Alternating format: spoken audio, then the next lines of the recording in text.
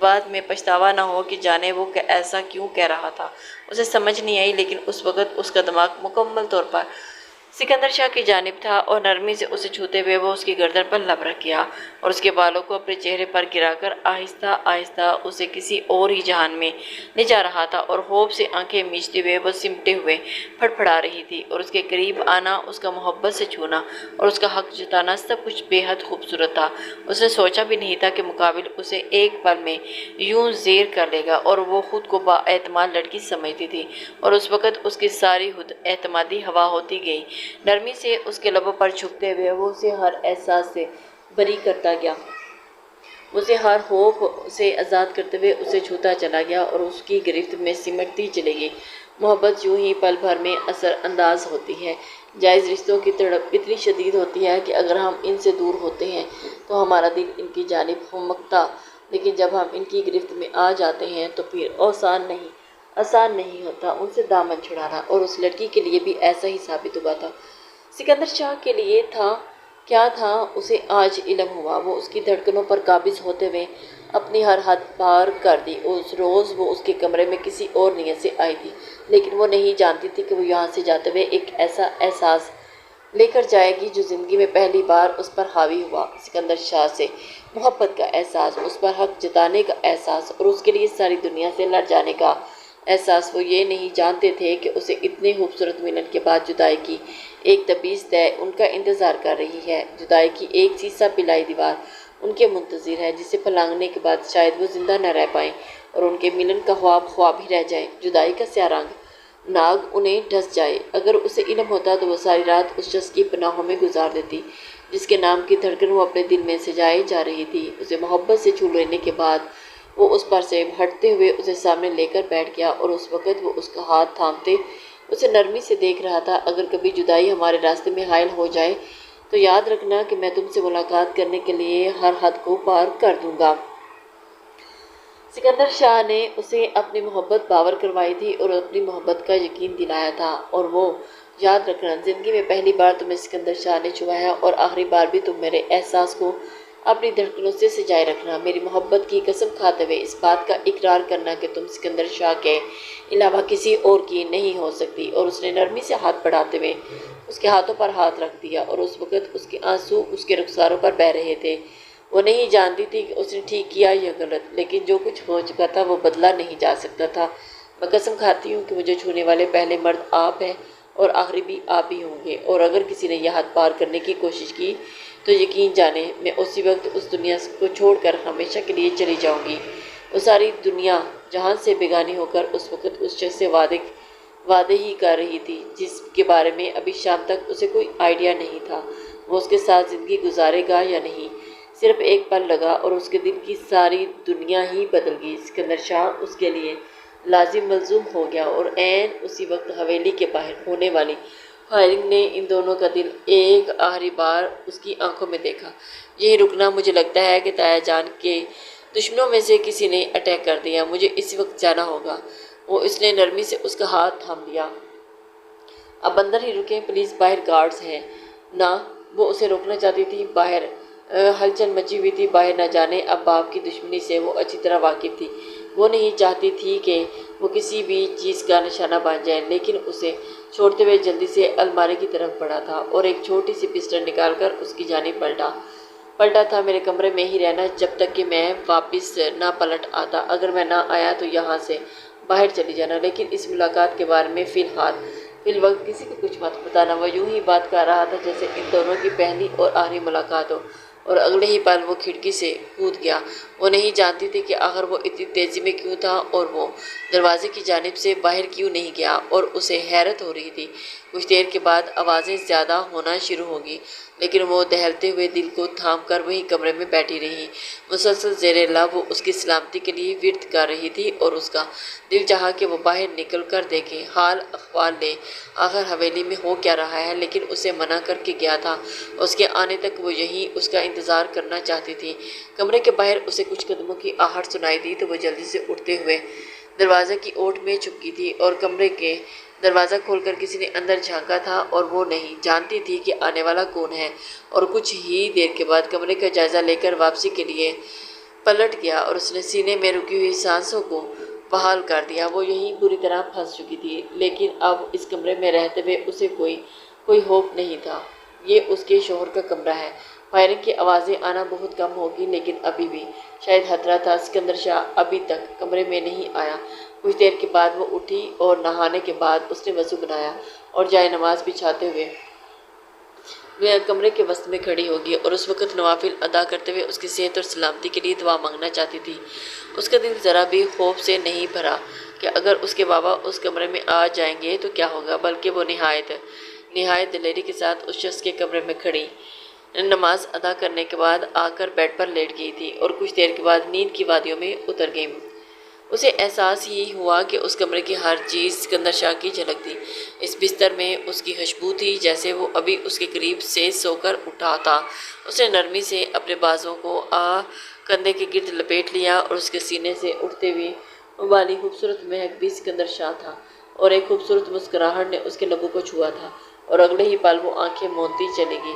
ہلکی پھلکی سی پریشانی میں بھی اس کے ذہن میں اس شخص کی سلامتی کے لیے دعائیں تھیں۔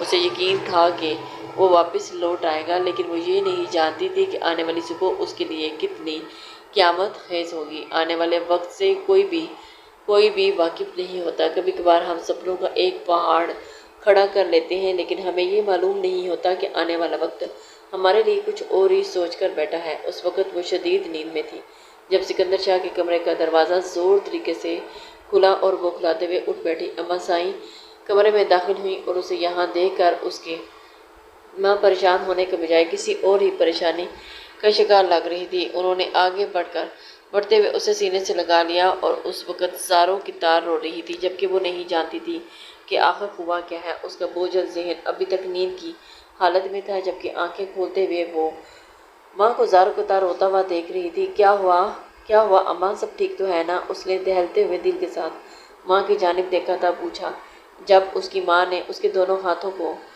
تھام کر اس پر ماتھا ٹکا دیا۔ وہ شدت سے رو رہی تھی، جبکہ اس کا دل بیٹھا جا رہا تھا۔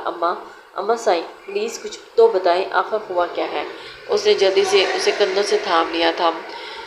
تمہاری زندگی بچنے سے پہلے ہی برباد ہو چکی ہے سکندر شاہ، انہوں نے بس نام لیا اور اس کا دل لرز اٹھا اور اس کے کپ کپاتے ہوئے قدموں نے جیسے زمین کا ساتھ چھوڑ دیا تھا۔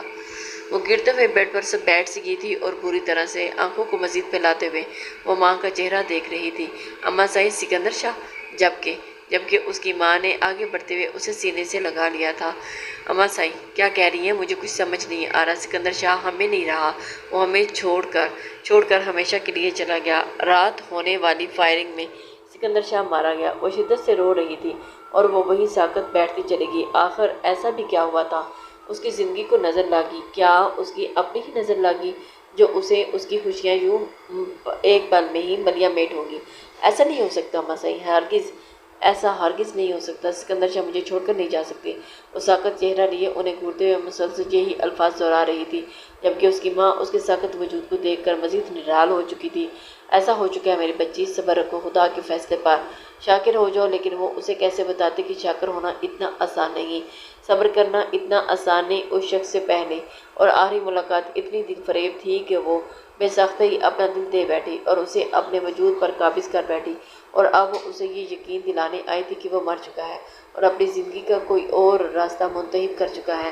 وہ کمرے سے بھاگتے ہوئے باہر نکلی اور اس کا دوپٹہ ہی گر گیا تھا۔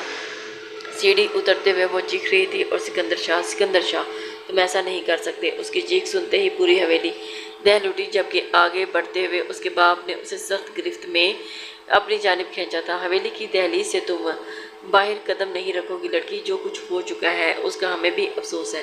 وہ چیختے ہوئے اس سے لپٹ گئی۔ بابا خدا کے لیے انہیں بچا لیں۔ بابا سائیں وہ ان کے پیروں میں بیٹھ گئی تھی اور انہوں نے پہلی بار اپنی بیٹی کو سکندر شاہ کے لیے اس قدر ہلکان ہوتے تڑپتے ہوئے دیکھا تھا۔ وہ تو یہی سمجھتے تھے کہ ان دونوں کے درمیان گہری وابستگی نہیں، لیکن اس وقت اسے پاگلوں کی طرح چلاتے ہوئے سن کے انہیں یقین ہوا تھا کہ ان کی بیٹی اس شخص کے نام اپنا سب کچھ کر چکی ہے، جو شخص اسے پل بھر میں ہی چھوڑ کر چلا گیا، اور انہوں نے اسے سینے سے لگا کر تسلی دی تھی۔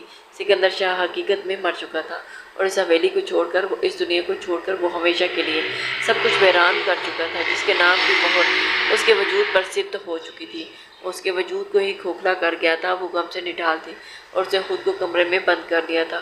شام کے وقت ہی سکندر شاہ کی میت دفن ہوئی تھی اور گھر کی خواتین کو اجازت نہیں تھی باہر ہی سے میت لے کر چلے جانا تھا۔ اسے بابا کا یہ فیصلہ بھی ظالم ترین لگا تھا۔ وہ کبھی اس کا آخری دیدار کیے بغیر نہیں رہ سکتی تھی اور اس کا باپ اتنا سنگ دل تو نہیں تھا، لیکن آج وہ سنگ دلی پر اتر آیا تھا۔ وہ خود بے یقین تھی۔ بابا مجھے اس کا آخری دیدار تو کرنے دیں، مجھے ایک بار اسے اپنے ہاتھوں سے چھونے تو دیں۔ میں اسے دیکھنا چاہتی ہوں، اسے اپنے ہاتھوں سے الوداع کرنا چاہتی ہوں۔ لیکن ان کا فیصلہ اٹل تھا۔ سکندر شاہ کی میت کو گھر نہیں لایا جا سکتا، اسے باہر ہی دفنا دیا جائے گا۔ اور ویسے بھی لوگوں میں تھا ہی کون، صرف اس کی ماں یعنی سکندر کی تائی اور اس کی والدہ کا تو ایک عرصہ پہلے ہی انتقال ہو چکا تھا، اور والد کا بھی اس کی پرورش تایا نہیں کی تھی۔ اور جابر شاہ اپنی بہنیں یعنی سکندر شاہ کی پھوپھو سکندر شاہ کو دیکھنے کی اجازت صرف اسے ہی نہیں بلکہ خواتین کو بھی نہیں تھی۔ ساری خواتین دکھ سے نڈھال تھیں۔ اور اس شام وہ روتے ہوئے احتشام کے کمرے میں چلی گئی اور جاتے ہی وہ احتشام کے پیروں میں بیٹھ گئی۔ احتشام اس کا پھوپھو زاد تھا اور ان دونوں کے درمیان اچھی دوستی تھی۔ خدا کے لیے مجھے ایک آخری بار اسے دیکھنے تو دو احتشام، خدا کے لیے کچھ کرو۔ اور احتشام اس کے نڈھال وجود کو سمیٹتے ہوئے اسے بیڈ پر بٹھا چکا تھا۔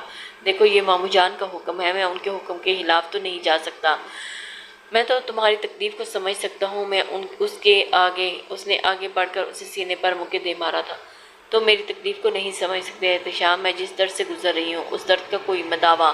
مجھے ایک آخری بار اسے دیکھنا ہے۔ ٹھیک ہے، میں تمہیں پچھلے دروازے سے لے چلوں گا، لیکن تم یہ بات کسی کو نہیں بتاؤ گی۔ چادر اوڑھ کر تم پچھلے دروازے سے آنا اور میں اس وقت تمہیں اندر لے جاؤں گا جب سکندر شاہ کی میت غسل کفن کے بعد اندر رکھی گئی ہو، کیونکہ کچھ دیر کے بعد اسے اٹھا کر تابوت میں مردوں کے درمیان لے کر آنا تھا جہاں نماز جنازہ ہوگی، لیکن اس سے پہلے میں تمہیں اس کا آخری دیدار کروا دوں گا۔ احتشام نے حامی بھر لی تھی اور یہی اس کے لیے آب حیات تھا۔ اس شخص نے اس کو کھو دیا تھا، جس شخص سے ابھی کچھ پل پہلے ہی اس نے محبت کی تھی، اور اس کھونے کی قیمت کیا تھی یہ شاید اسے اب ساری زندگی ہی چکانی تھی۔ عشاء کی نماز کے بعد نماز جنازہ رکھی گئی تھی اور عشاء کی نماز ادا کرنے کے بعد پچھلے دروازے تک آ گئی۔